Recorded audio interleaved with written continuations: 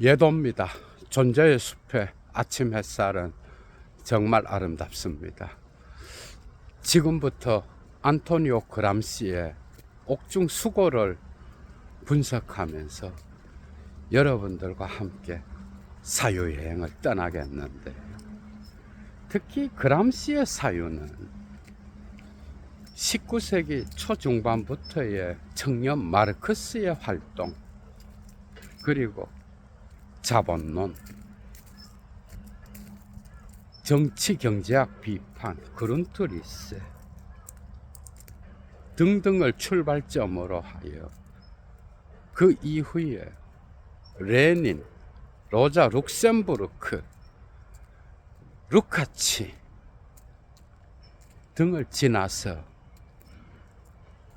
1960년대에 알투세르, 그리고 알투세르의 제자들, 오늘날의 바디우, 슬라보의 지제, 포스트 마르크스주의까지, 그죠? 라클라우와 무페의 마르크스 이후의 급진적 민주주의, 그리고 좌파 포퓰리즘 등등. 또한 네그리와 하트의 마르크스 이후의 다중의 공산주의, 이런 전체적인 흐름 안에서, 역사 과정 안에서 봐야 안토니오 그람시의 마르크스주의가 어떤 기능을 하는지 제대로 보이겠죠, 그죠? 이런 전체적인 흐름이 정말 중요한 거예요. 단지 그람시만 딱 떼서 그 옥중수고를 읽어댄다라는 건 이 역사 과정이 결여되어 있기 때문에 제대로 보이지 않는다는 거예요. 그래서 그람시의 마르크스주의는 오늘날까지의 포스트 마르크스주의까지 연결하여 역사 과정 전체 안에서 훑어봐야 되는데, 그래서 역시 전체는 부분의 관점에서 봐야 되고, 부분은 또한 전체의 관점에서 봐야 되는 이러한 해석학적 순환, 그죠? 헤겔의 진리는 전체다라고 하는 그 역사 과정 안에서 어떤 안토니오 그람시의 옥중 수고를 읽어야 된다는 거, 그죠? 이런 관점에서 여러분들과 함께 사유여행을 떠나겠습니다. 오늘 또 예도의 클래스로 풀어내겠습니다. 강의 가치를 아시는 분은 사막의 철학을 위하여 예도TV 후원에 참여해 주시면 감사하겠습니다. 정말 그람시를 생각하면 벌써부터 가슴이 뛰는데, 여러분, 그람시는 옥중에서 11년 동안, 그죠? 이 수고를 남기는데 노트 29권, 전체 페이지로는 거의 3,000여 페이지에 달하는데, 여기에서 이제 자기 자신만의 마르크스주의를 확립하게 되죠, 그죠? 특히 마르크스 자신의 철학에서 청년 마르크스부터 자본론까지, 그죠? 어떻게 보면 국가론과 조직론이 붕괴되어 있는 거예요. 모호한 태도를 취하면서 국가론과 조직론이 부재해 있다라고 해도 과언이 아니야. 물론 국가를 말하죠, 그죠? 국가는 단지 지배계급, 부르주아 계급을 대변하는 수단으로 나타나고요. 그래서 프롤레타리아 혁명을 통하여 이것을 전복시켜야 된다. 공산당 선언에서 그 이후에 1871년에 파리 코민을 경험하면서 마르크스는 부르주아 국가를 혁명을 통하여 그대로 전수해서는 안 된다. 그래서 고타강령 비판에서는 프롤레타리아 독재가 필요하다. 그러니까 부르주아 국가론에 근거하여 수동적으로 그죠? 국가론을 확립하기 때문에 모호한 거예요. 그리고 당의 조직론 역시도 뭔가 애매모호한 상태로 남아 있는 거예요. 마르크스 자신의 철학에서는 그죠? 그래서 그 이후에 마르크스주의자들은 이 국가론과 조직론을 다시 확립하기 위하여 고군분투했다라고 해도 과언이 아닌 거예요. 어떻게 혁명이 일어날까? 당이 주도적인 역할을 해야 되는가? 사회주의 전위당이 주도적인 역할을 해서 프롤레타리아 계급을 이끌어야 되는가? 레닌 아니면 프롤레타리아 자신들의 자발적 의식에 의하여 이 혁명이 일어나야 되는가? 그죠? 쉬운 문제가 아니죠. 그죠? 로자 룩셈부르크 이 자발성이 중요하다라고 주장했죠. 오늘날의 마르크스주의자에게서 이런 로자 룩셈부르크의 자발성에 기대어 있는 철학자는 역시 랑시에르라고 할 수 있습니다. 그죠? 국가론과 조직론의 애매모호함. 그래서 그 이후에 마르크스주의자들은 이 문제를 계속해서 사유해서 수정하고 확장하는데 로자 룩셈부르크가 베른슈타인과 더불어서 논쟁하면서 나타난 문제, 그죠? 사회개혁이냐 혁명이냐. 그리고 그 이후에 자본 축적론, 러시아 혁명에 대한 글, 이 모든 것에서 혁명에서 프롤레타리아의 자발적 의식 그리고 의지를 갖고 혁명에 참여하는 것, 이게 정말 중요하다. 이것은 레닌에 대한 비판도 숨어 있잖아. 레닌이 왜 무엇을 할 것인가? 국가와 혁명 그리고 다수의 논문을 썼겠어. 이 국가론과 조직론을 다시 확립하기 위해서 그렇게 한 거예요. 공산주의와 사회주의 전위당이 이 프롤레타리아 혁명을 이끌어야 된다라고 하는 그러한 실천적 관점, 그죠? 그러니까 마르크스의 이론을 실천적으로 적용해 보니까 이게 만만치 않은 거야, 그죠? 그래서 전위당이 주도적인 역할을 해야 된다라고 조직론에서 말하잖아, 그죠? 그 이후에 이 문제는 계속되는 거예요, 여러분. 그래서 알투세르가 마키아벨리의 고독이라는 작품의 한 논문에서, 그죠? 특히 마침내 마르크스주의의 위기가라고 하는 논문에서 마르크스 철학 안에는 국가론과 조직론이 붕괴되어 있다. 부재해 있다. 부재해 있다라고 해도 과언이 아니죠. 그죠? 이게 애매한 거야. 그러니까 마르크스가 정치 경제학 비판 서문에서 말하고 있는 것처럼 사회 구성체로서의 그 국가론을 보게 되면은 상부 구조를 결정하는 것이 물질적 조건, 경제적 토대, 이 하부 구조, 토대가 중요하다라고 하잖아, 그죠? 생산 관계와 생산력으로 구성되어 있는 이 생산 양식이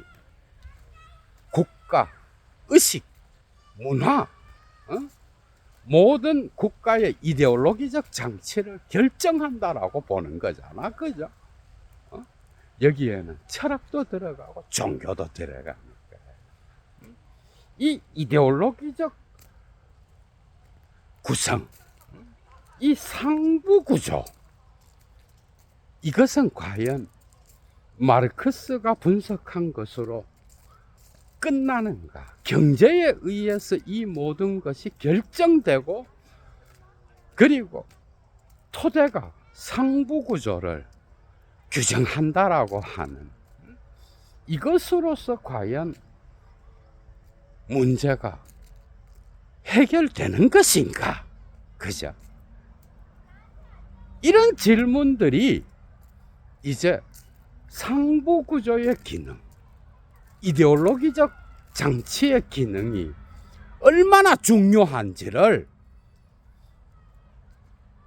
루카치도 이야기하고 그람시도 이야기하게 되는 거예요.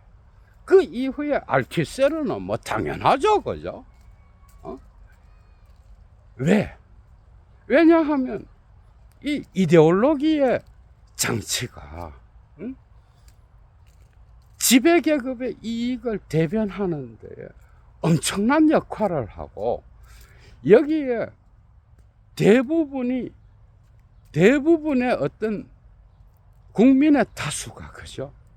놀아나고, 그래서 혁명은커녕 자본주의의 존속과 유지가 계속된다라고 하는 거죠. 그런 것이 숨어 있겠죠. 자본주의는 만만치 않다. 이미 파리 코민에서도 이것을 인지하고 있었어요, 여러분.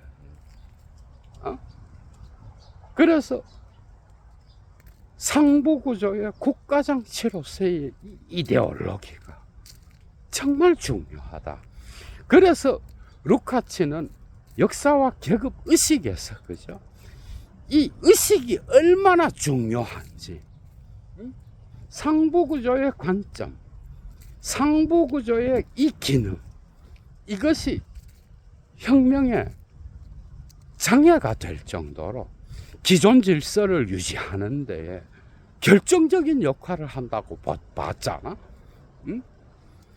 이런 관점에서 그람시의 옥중수고는 정말 중요한 거야, 여러분.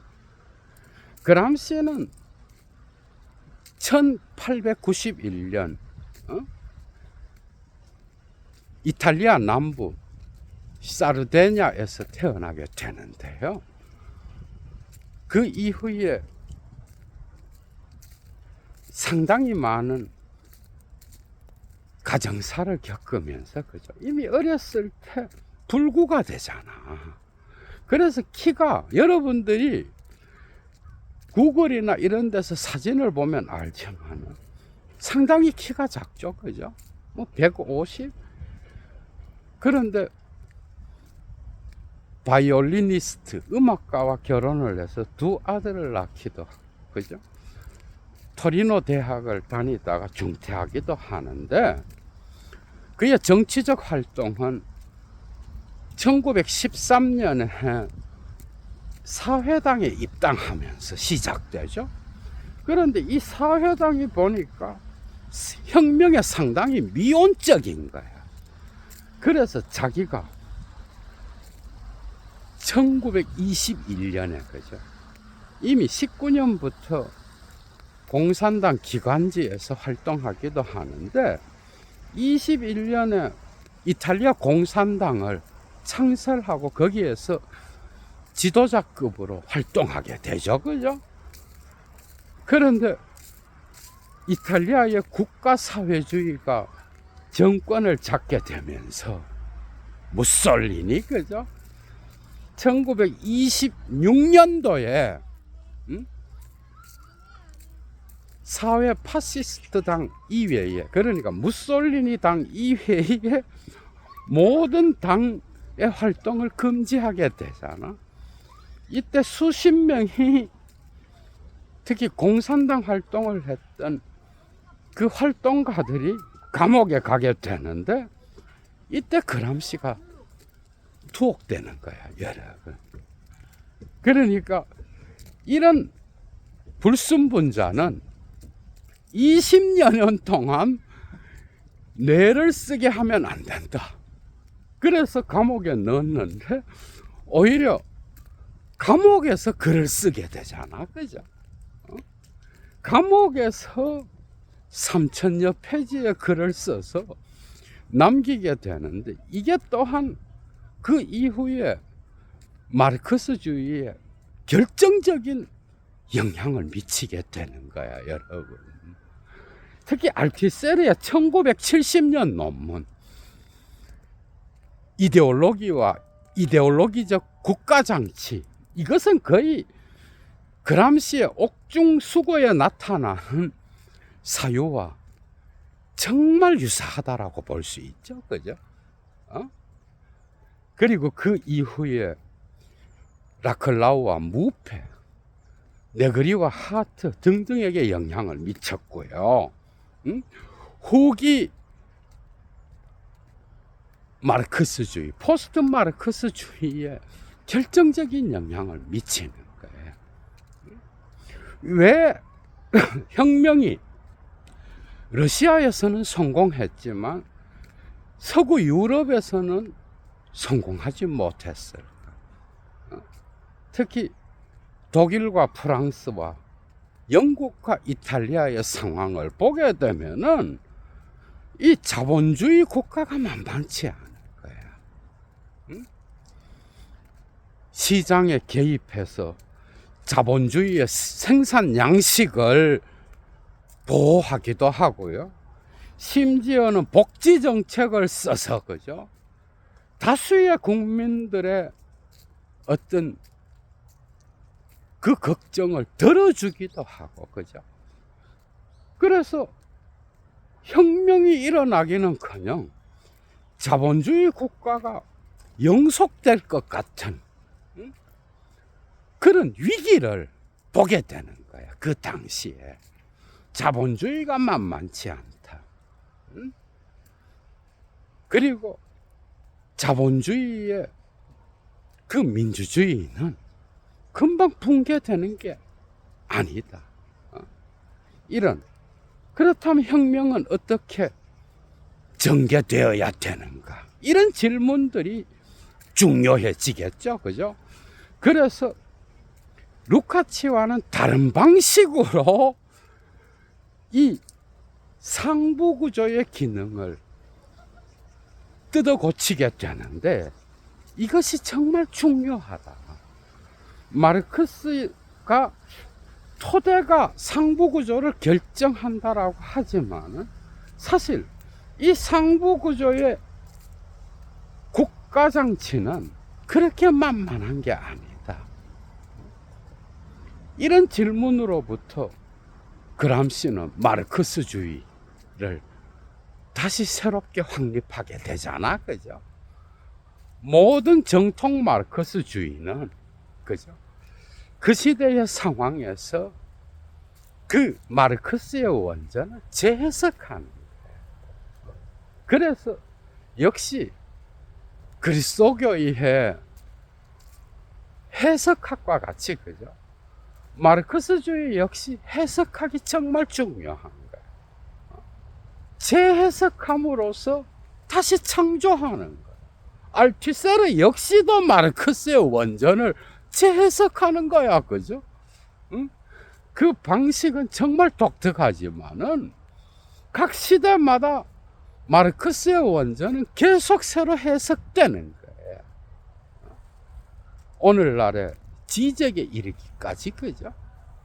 그래서 이 해석은 또 다른 해석을 낳고 시대는 새롭게 변화하면서 새로운 해석을 요청하죠, 그죠? 이게 마르크스주의에도 그대로 적용되는 거예요. 그래서 루카치는 역사관부터 바꿔버려요. 자본주의의 모순을 통하여 사회주의 혁명이 일어나고, 그리고 프롤레타리아 독재를 통하여 공산주의 사회가 온다. 그리고 이 공산주의 사회는 이데올로기가 없는 사회. 계급들이 철폐되고 국가까지도 소멸되는, 어떻게 보면 그리스도교의 신의 나라가 오는 듯한, 이런 것은 그냥 저절로 오는 게 아니다. 역사는 결정론적으로 작용하는 게 아니라 비결정론적이다. 이런 공산주의는 낙관적인 역사관을 갖고 바라본다라고 해서 오는 게 아니다. 자본주의의 국가 기능은 정말 만만치 않다.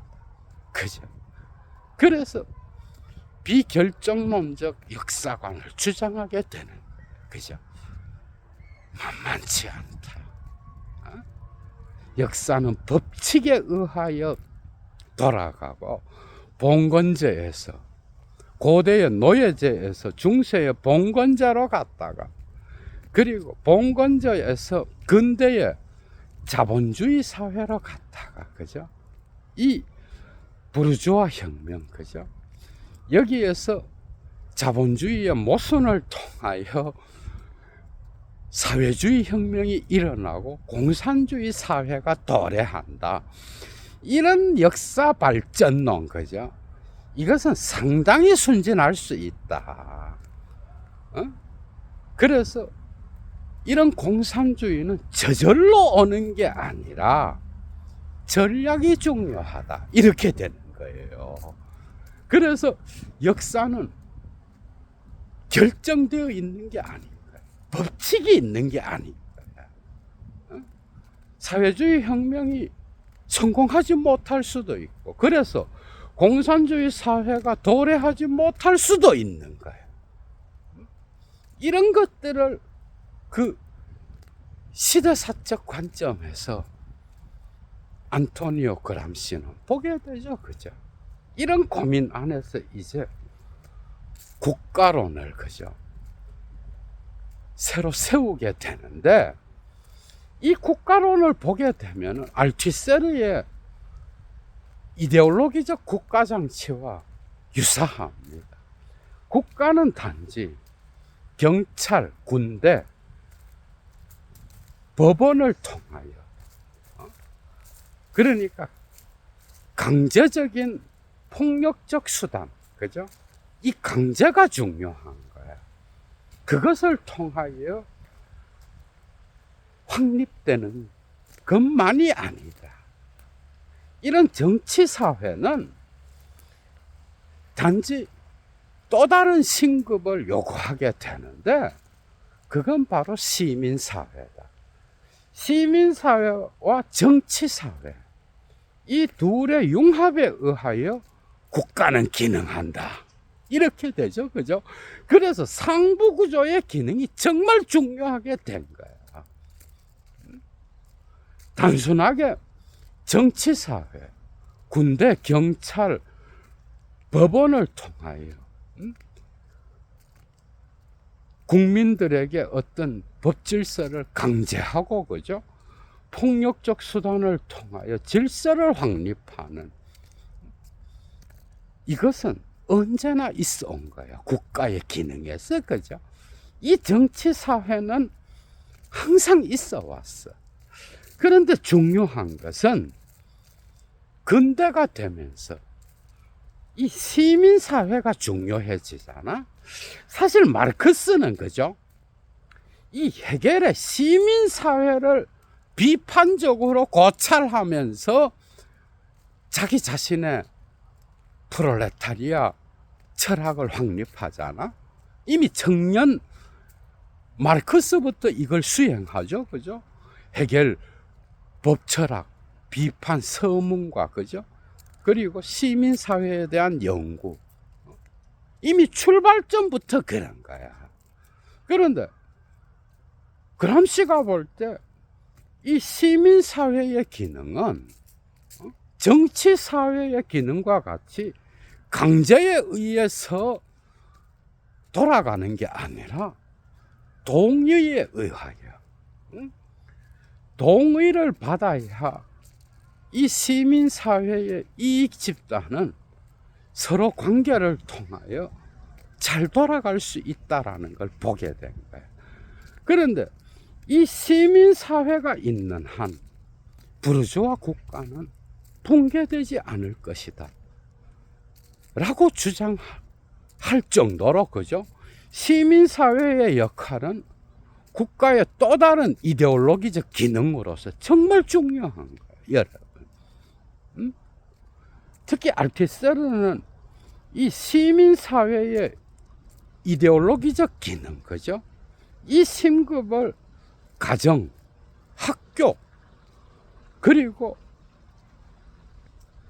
대중매체 등등으로 언급하잖아. 교회, 이 종교활동, 그죠? 가정에서의 교육, 학교에서의 교육, 이 교육이 정말 중요한 거야. 하부구조의 어떤 노동력과 생산관계, 그죠? 이게 사회활동이잖아. 그래서 알투세르 역시도 이 노동력의 증대는 그 사회의 교육과 관계에 있다라고 본 거잖아, 그죠? 그러니까 상부구조와 하부구조는 그냥 단순하게 이렇게 구분돼서 나눠지는 게 아닌 거야. 서로 밀접하게 뗄 수 없이 연관되어 있는 경우도 많은 거야, 그죠? 그래서 시민사회의 기능은 어떤 자신들만의 이익의 활동을 통하여 계속해서 그 사회의 지배 이데올로기, 특히 상식을 퍼뜨리게 되는데, 그람시는 이 상식을 정말 중요하게 여깁니다. 대한민국의 자본주의 사회에서, 그죠? 특히 이 집값이 정말 중요하잖아. 경제적 토대로서. 그리고 어느 정도 살아야 되고, 자식을 교육시킬 수 있어야 되고, 자동차도 뭐 적절하게 좋은 것으로 갖고 있어야 되고, 그래야 인간으로서 대접받을 수 있는, 교육도 잘 받아서 좋은 대학, 웬만한 대학은 나와야 되고, 이런 상식, 하이데거적으로 세인으로서의 평균성을 갖춰야 되는 거예요. 맞죠? 그죠? 그래서 이 상식은 국가가 강제를 통하여 퍼뜨리는 게 아니라 동의를 중요하게 여기는 이 시민사회를 통하여 퍼져나간다라고 보는 거예요. 이 상식을 확립하면서 국가는 이데올로기적 장치를 제대로 기능시키게 되는데, 이것은 기존 질서의 지배계급의 이득을, 그죠? 유지하는데 결정적인 역할을 한다고 본 거예요. 그래서 이데올로기는 정말 중요한 거예요.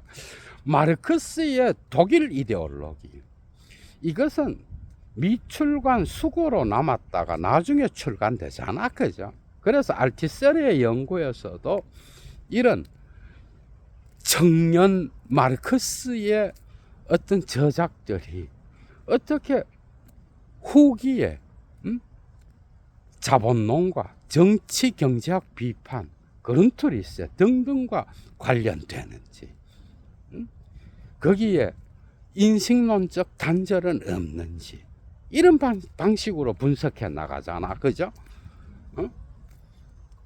어떻게 보면 마르크스의 철학에서 이데올로기는 허위의식인 거야.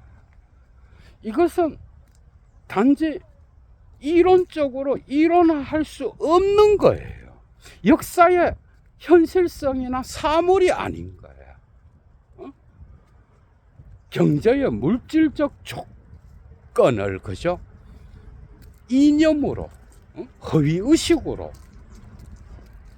가리는 거기 때문에 어떻게 보면은 이것은 역사의 어떤 분석 대상이 될 수 없는 거라고 해도 과언이 아닌 거예요. 그죠? 그런데 루카치와 알투세르에게서 이 이데올로기는 정말 중요한 거예요.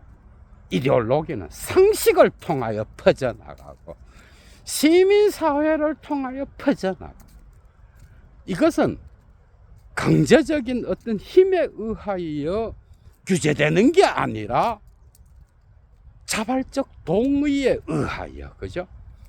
그래서 그 기존 질서의 상식이 유지되는 한 혁명은 점점 어려워지게 된다고 봅니다. 이러한 국가 장치는, 그죠? 군대와 법원과 경찰을 통하여 강제적으로 기능하는 정치사회, 그리고 여기에 더하여 시민사회를 통하여 퍼져나가는, 그죠? 이 상식의 세계, 이 둘이 결합되어서 국가는 운영되어 나간다고 본 거야. 그러니까 알투세르가 1970년에 발표했던 이데올로기와 이데올로기적 국가 장치라는 그 논문의 구조와 같은 거예요. 마르크스의 상부 구조를 어떤 억압적 국가 장치, 이게 바로 그람시의 어떤 정치 사회와 유사하다고 볼 수가 있고, 그리고 또 다른 장치, 이데올로기적 장치, 가정과 학교와 대중매체를 통하여, 교회를 통하여 그 이데올로기가 퍼뜨려지는 이 장치, 이것은 그람시에게서는 뭐예요? 시민사회겠죠. 정치사회와 시민사회가 더해져서 국가가 확립되잖아, 그죠? 알투세르에게서도 억압적 국가장치와 이데올로기적 국가장치가 더해져서 국가론이 확립되잖아. 그래서 그람시의 사유는 결정적으로 중요한 거예요. 이 국가가 시민사회를 통하여 퍼뜨리는 그 이데올로기는 무의식적으로 국민들에게 퍼져나가서 그게 상식이 되는 거예요. 이것은 지배계급의 이익을, 그죠? 은폐시키는데 사회구조 안에서 정말 중요한 역할을 하는 거예요. 오늘날은 뉴미디어, 그죠? 페이스북이라든지 유튜브라든지 이 AI가 점점 발달하면서 이 대중매체가, 그죠? 국민들에게 이데올로기를 심어주는데 정말 중요하잖아, 그죠? 상식은 어디에나 있는 거야. 사회 구성체의 구조에, 그죠? 어디에나 편재해 있으며 이것은 그 사회를 움직이는 어떤 힘으로 작동하는 거예요. 그람시에게서도 이미 알투세르가 마르크스를 위하여 해서, 그죠? 어떤 이데올로기는 이데올로기적 장이 있다, 그죠? 그 장은 보이지 않게 구조 속에서 이미 작동하고 있는데 그것은 어디에나 있으면 영속적이다.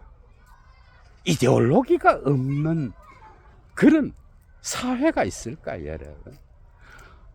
이런 데서 마르크스의 순진성이 나타나는 거야, 그죠? 이데올로기의 어떤 기능을 통하여 그 기존 질서는, 지배계급은 계속해서 자기의 힘을 존속시키고 유지시키는데, 그래서 지배계급에게 있어서 자기의 부의 대물림에 그 수단은 교육이잖아, 그죠? 정말 이런 것들. 그래서 자기 자식이 교육을 잘 받아서, 그죠? 그 사회의 지배계급으로서 계속 살아가게끔 하는 그런 수단으로서 대한민국 사회에서도 매우 중요한 거야. 이 이데올로기, 이것은 정말 중요한 거야, 그죠? 그래서 국가는 시민사회를 통하여 계속해서 자기 자신의 헤게모니를 확장해 나가는데, 원래 헤게모니는 러시아의 마르크스주의자들, 특히 레닌에게서도 중요했잖아. 이것은 계급 동맹이에요. 프롤레타리아 계급과 농민 계급이 동맹을 하여 혁명을 완수하자라고 하는 거죠. 이때 이 동맹이 헤게모니와 연결되었던 거야. 그런데 그람시는 이것을 어떻게 수정하는가 하면은, 이 헤게모니는 단순하게 기존 질서에 기본 집단의 이익을 대변해서는 안 되는 거야, 그죠? 그것이 부르주아든 프롤레타리아든. 계급 개념은 하부 구조인 경제적 토대와 관계되지만은 집단이라는 개념은 뭐야? 상부 구조와 관계되죠, 그죠? 시민사회. 그래서 시민사회에는 다양한 집단들이 있잖아. 그 집단은 각각 자기들의 이익을 대변하죠, 그죠?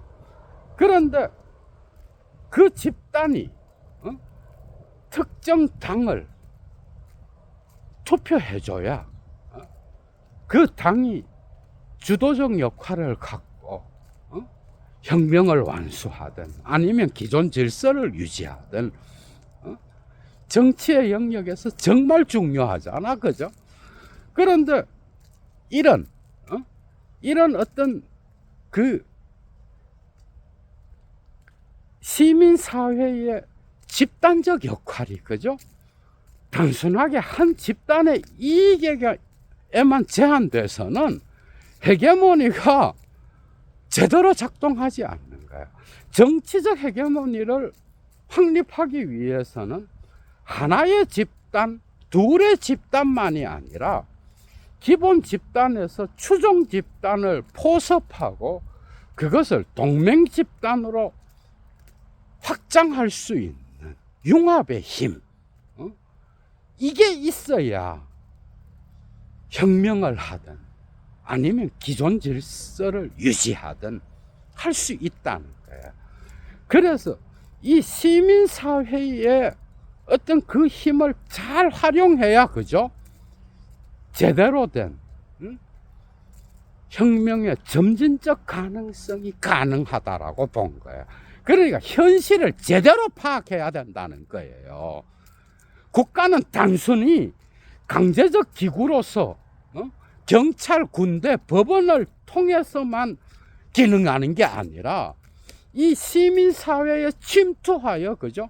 상식을 통하여 이데올로기를 조성하고 그리고 계속해서 자기 자신의 지배계급의 힘을, 헤게모니를 유지하려고 한다는 거예요.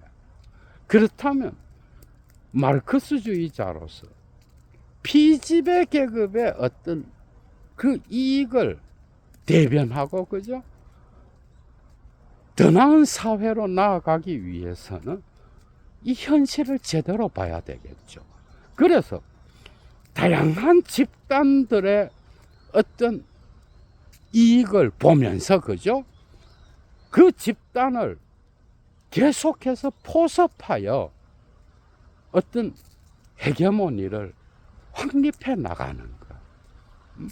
이게 정말 중요한 거예요.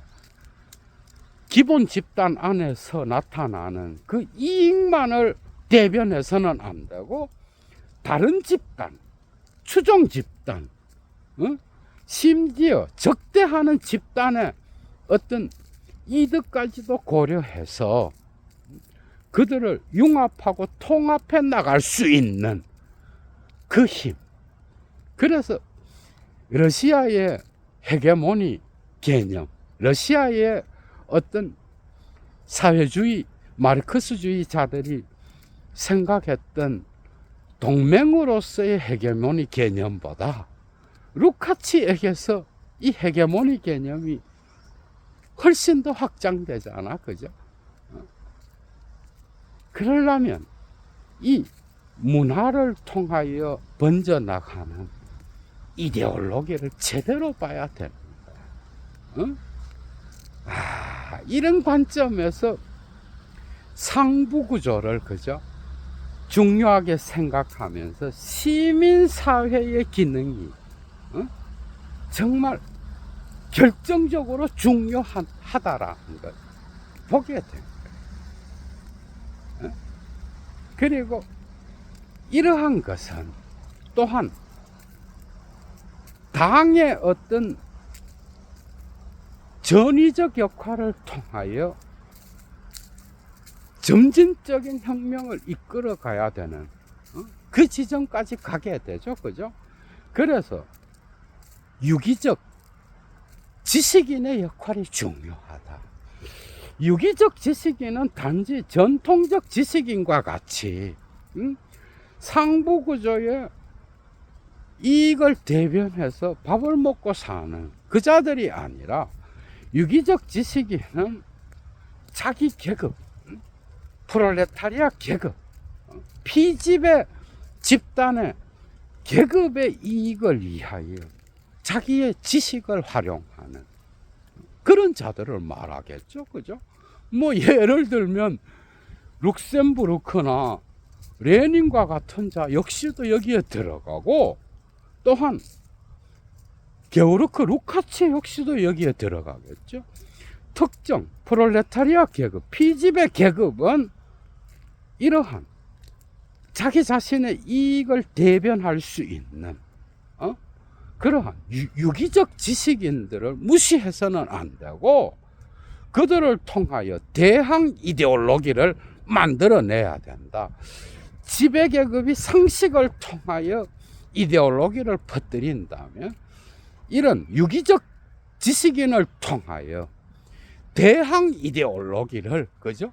만들어내서 거기에 점진적으로 대비해야 된다라는 거겠죠. 그래서 유기적 지식인의 그 기능이 중요하다라고 본 거야, 그람시는. 이 유기적 지식인의 중요한 그 기능은 결국 공산당으로 수렴되죠, 그죠? 당의 역할, 혁명의 역할.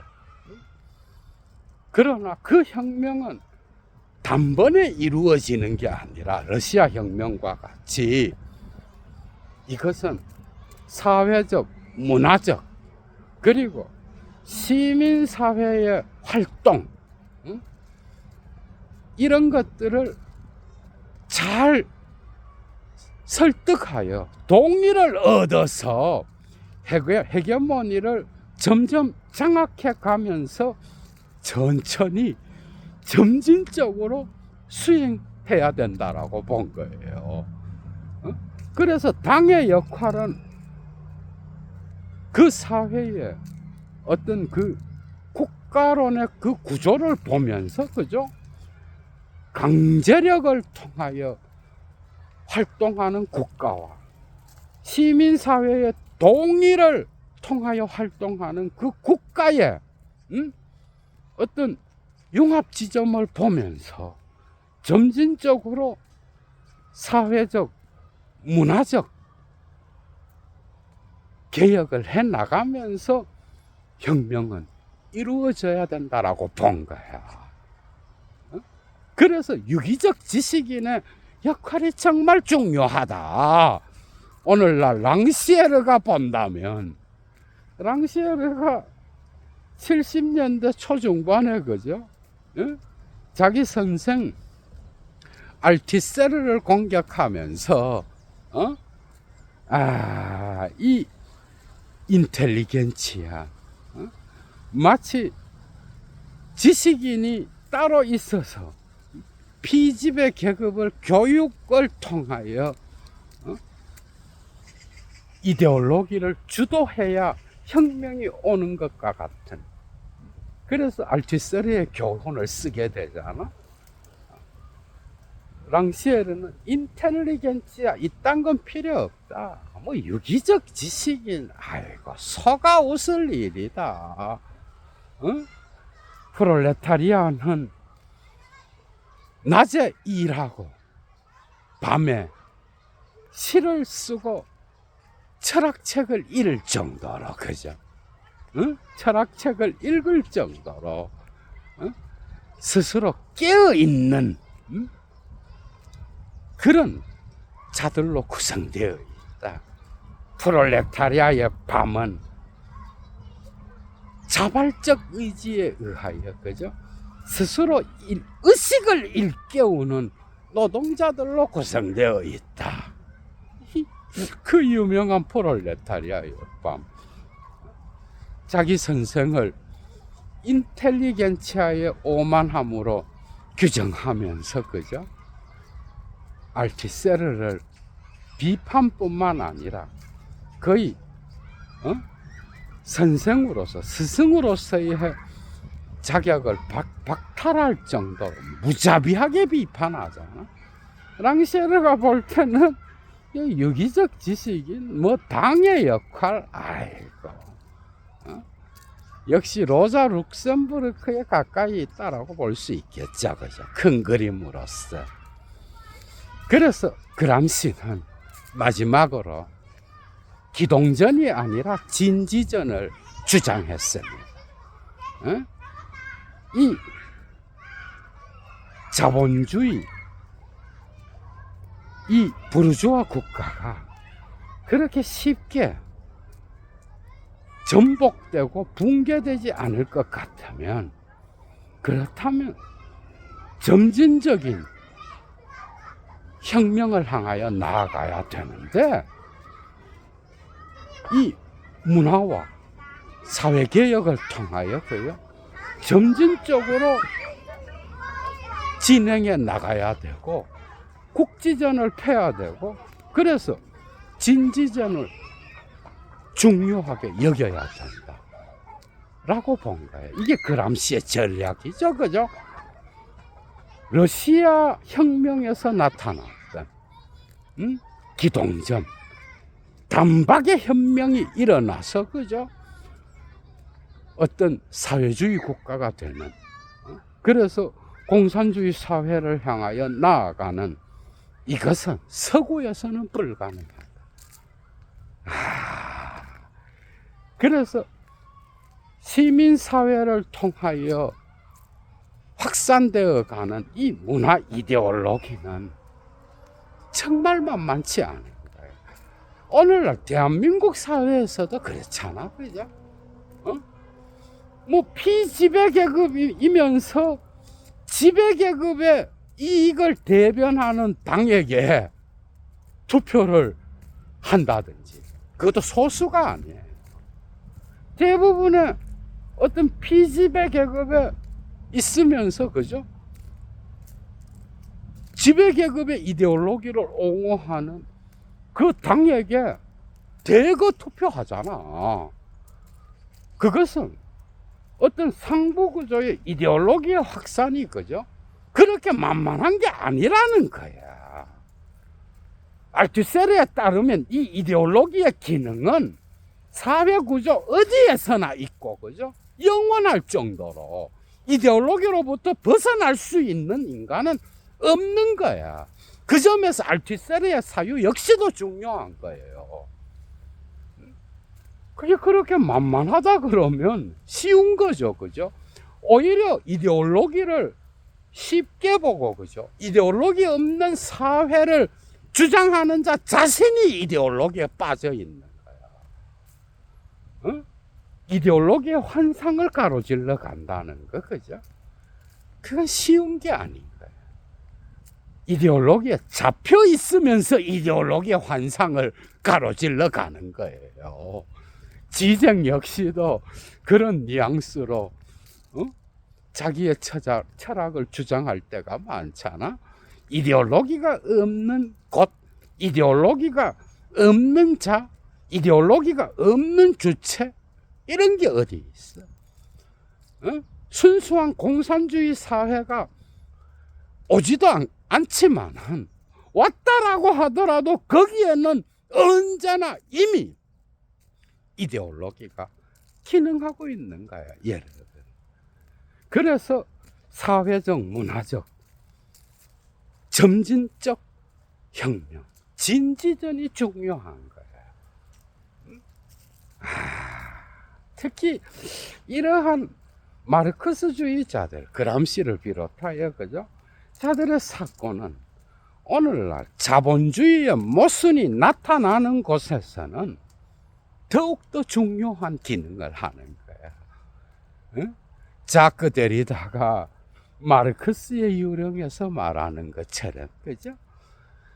극단적 자본주의 사회에서의 비인간성, 인간성의 박탈은, 그죠? 오히려 마르크스와 마르크스주의자들의 목소리, 마르크스의 유령, 이것이 더욱 짙게 작용하겠죠, 그죠? 무의식적으로 작동하는 그 이데올로기, 이것은 그렇게 만만한 어떤 내가 혁명에 한번 참여했다라고 해서 사라지는 게 아니다. 재밌었죠, 그죠? 얘도 물러갑니다. 주스.